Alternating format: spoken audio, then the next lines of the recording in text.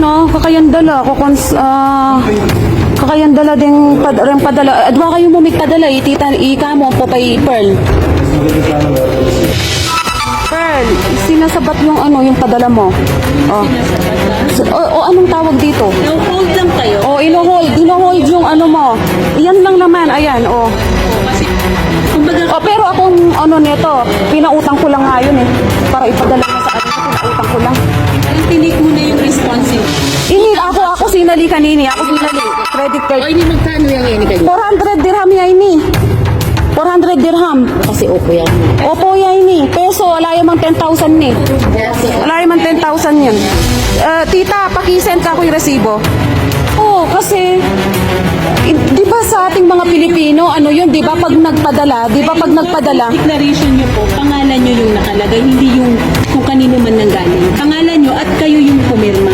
Ayan, so anong ibig mo sabihin yan? Nalagay dyan. So nanong buriyo ko nanyo rene? Rempi pagpagalan me ko nanyo la? Asko, magwabra kaming masalese, kibat mo kanyan? Nakalive ako.